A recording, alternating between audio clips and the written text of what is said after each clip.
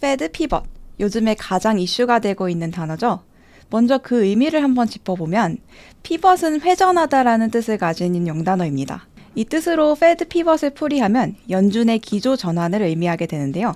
연준이 금리 인상을 지속하던 매파적 기조에서 이보다 조금 더 완화된 소위 비둘기파적 기조로 전환한다는 것을 말합니다. 월가에서도 이 페드 피벗을 두고 금리 인상을 중단하거나 금리 인하로 가는 피벗을 할 것이다 또는 아니다 라고 의견이 갈리고 있는데요. 오늘은 연준이 피벗을 할 것이다 라고 보는 이들의 주장을 살펴보려고 합니다. 우선 켈리 박사입니다. 경제학 박사 학위를 가지고 있는 켈리 박사는 JP모건에서 글로벌 전략가로 일하고 있는데요. 최근에 발표된 GDP 지표를 바탕으로 12월 금리 인상폭이 줄어들 것이고 금리 인상을 중단할 시기가 다가왔다고 분석을 했습니다. 네, 내용을 한번 보겠습니다. 우선 GDP 지표가 어떻게 구성되어 있는지부터 한번 볼게요. GDP 지표는 가계 소비 지출, 정부 지출, 투자, 순수출로 구성이 되어 있습니다. 이번에 미국 GDP 성장에 가장 큰 기여를 한 요소는 바로 순수출이었습니다. 순수출 증가폭은 약 3%포인트로 나타났는데요. 이번에 GDP가 순수출 증가폭보다 적은 2.6% 증가했다는 것을 고려하면 순수출을 제외하고서는 GDP가 축소되는 모습이 나타났을 것이라는 점을 유추할 수 있죠. 게다가 순수출이 증가한 원인을 한번 살펴보면 이 성장이 지속되기 어렵다는 것을 알 수 있습니다. 본래 미국은 무역 적자를 기록하는 일이 많은 국가죠. 그만큼 일반적으로 수출보다 수입이 많은 곳인데요. 이번에 보시면 순수출 증가에 가장 큰 영향을 준 것이 바로 우크라이나 전쟁으로 인한 에너지 수출이었습니다. 강달러 영향으로 수입이 감소한 것도 있고요. 언제 에너지 수요가 정상화될지는 알 수 없으나 다른 산유국에서 원유 생산량을 증산하면 미국의 수출은 언제든지 줄어들 수 있는 상황인 거예요. 그뿐만이 아니라 강달러로 인해 미국의 글로벌 기업의 매출이 타격을 입을 것으로도 예상이 되고 있기 때문에 실제로 그런 현상이 나타난 기업들도 많았죠. 이번 실적 발표를 보면요. 그렇기 때문에 향후에는 순수출이 다시 적자로 돌아설 가능성이 높다는 게 켈리 박사의 분석입니다. 이런 와중에 소비 지출 성장률도 줄어들고 있습니다. 소비 지출은 1.4% 증가하는 데 그쳤는데요. 코로나19의 엔데믹화로 인해 서비스 지출이 정상화되고 있음에도 불구하고 재화에 대한 지출이 감소했기 때문입니다. 인플레이션의 영향이 보이는 거죠. 이처럼 재화 소비가 줄어들고 있으니 기업의 재고 증가율 또한 감소할 것으로 예상이 되고 있고요.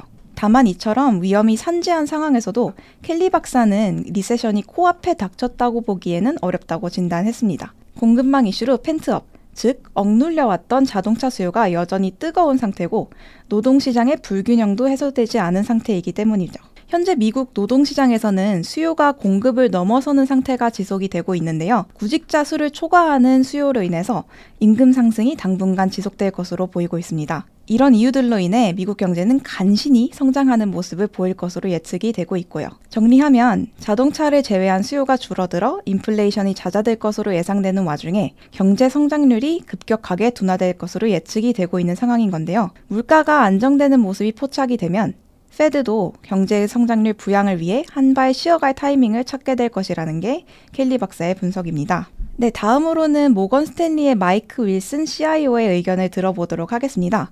우선 이 윌슨 CIO가 어떤 사람인지 한번 살펴볼까요? 윌슨 CIO는 올해 Institutional Investor, 우리말로 기관 투자자라는 뜻을 가지고 있는 전문지에서 시행한 서베이에서 올해 최고의 포트폴리오 전략가로 선정이 됐습니다. 이 Institutional Investor라는 매체는 미국의 금융기관을 중점적으로 취재하는 전문지이고요. 그만큼 공신력이 있다고 보시면 되겠죠? 이런 곳에서 진행한 서베이에서 최고의 포트폴리오 전략가로 선정이 됐다는 것은 그만큼 이 윌슨 CIO가 예측했던 상황들이 실제로 벌어지는 현상이 나타났다는 것을 의미를 하는 거기도 합니다. 그만큼 그의 전망을 한번 들어볼 가치가 있는 건데요. 이 윌슨 CIO도 지난 28일에 연준의 긴축 기조가 끝날 시기가 다가오고 있다고 말을 했습니다. 우선 그 배경을 한번 살펴볼까요? 우선 윌슨 CIO는 경기 침체 가능성이 높아지고 있다고 분석하고 있습니다. 이런 분석에 기반이 된 것은 지금까지 경기 침체를 예견하는 지표로 사용돼 왔던 국채 수익률 지표인데요. 이를 이용한 예측은 지난 50년 동안 단 한 번도 비껴간 적이 없을 정도의 정확도를 가지고 있습니다. 이 국채 수익률 지표가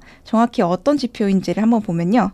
10-year Treasury Constant Maturity minus 3-month Treasury Constant Maturity 이렇게 돼 있죠. 10년물 국채 수익률에서 3개월물 국채 수익률을 뺀 지표입니다. 그런데 보시면 이 3개월물 국채와 10년물 국채 수익률 곡선이 역전되는 현상이 벌어졌는데요. 윌슨 CIO는 지금 이 지표를 보면 페드 피벗 시점이 늦춰지기보단 더 빠르게 이뤄질 것이라는 점을 뒷받침한다고 말을 했습니다. 이 내용을 좀 더 자세히 설명을 드릴게요. 일반적으로 10년물 국채 수익률이 더 높은 것을 볼 수 있죠. 그런데 국채 수익률이 마이너스가 되는 시점이 여기서 간혹 보이고 있는데요. 이 수치가 마이너스가 됐다는 것은 3개월물 국채 수익률이 10개월물 국채 수익률보다 높아진 상황을 의미를 합니다.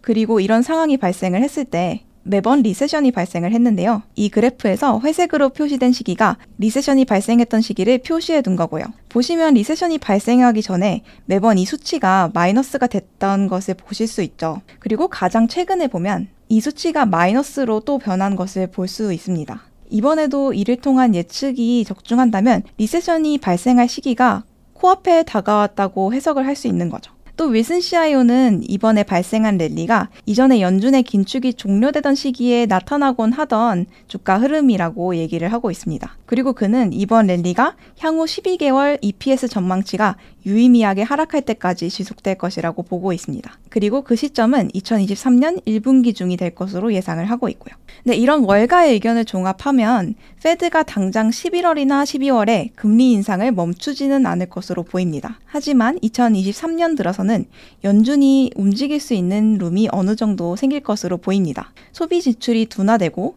건설업 경기가 꺾인 것을 보면 후행적인 성격을 띠는 CPI도 이쯤 되면 낮아질 것으로 예상을 할 수 있기 때문입니다. 국제금리가 역전되는 상황에서 보았듯이 리세션, 즉 역성장이 본격화되는 것을 막기 위해서라면 연준이 계속 조이고 있던 돈줄을 어느 정도 느슨하게 잡고 갈 필요성도 생길 수 있고요. 앞으로 리포트 인사이드에서도 CPI와 노동 리포트 등 주목할 지표들이 발표되면 이에 대한 월가의 해석을 함께 다뤄보도록 하겠습니다.